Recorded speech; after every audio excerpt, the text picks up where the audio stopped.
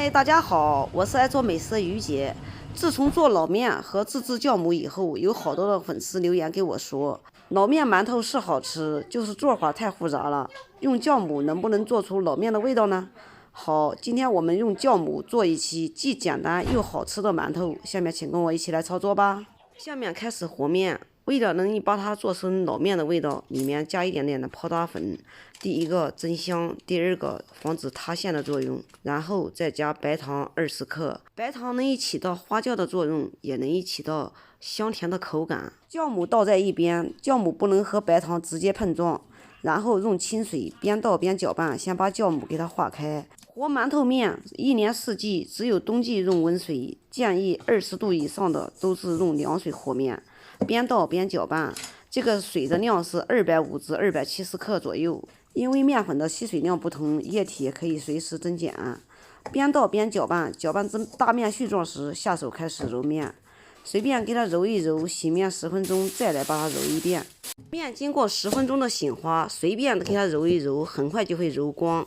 揉光以后，给它盖住盖子，醒花至2倍大。醒花的时间也不是固定的，醒花好的面就像这样，扒开里面满是蜂窝状，这就是醒花好了。把它倒在案板上进行揉搓排气。揉搓排气这一块一定要多揉一会儿哦，多揉一会儿做出来馒头才紧实有嚼劲儿。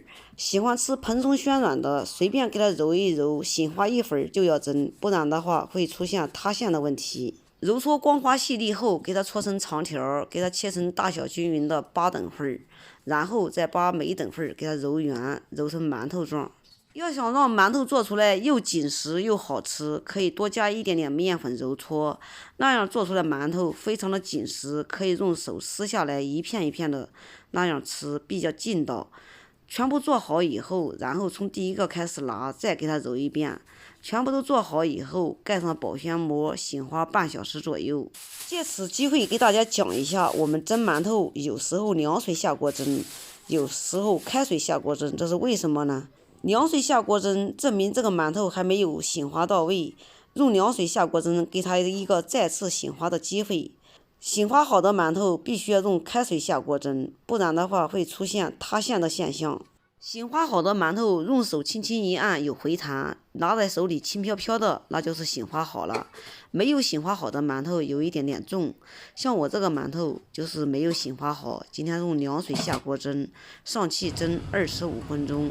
时间到也不要急到开盖，先把电源关掉，焖3至5分钟左右再开盖，以免回缩。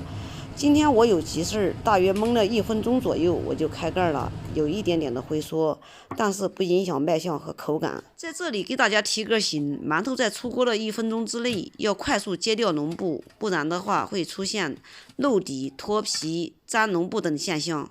馒头出锅了，给它掰开一个让大家看一下，里面的气孔非常的紧实，劲道有嚼劲。像这样馒头可以一片一片的撕着吃，非常的有层次。吃起来好吃劲道又香甜，因为在和面的时候加了泡打粉和白糖，既增加了香味又增加了甜味，这样做出来的馒头和老面做出来的馒头没有什么两样，是非常的劲道又好吃哦。有空你也试试吧。好了，今天的视频就给大家分享到这里吧，我是于姐。如果你喜欢我的视频，请不要忘记关注我哟。感谢您的观看，我们下期再见啦。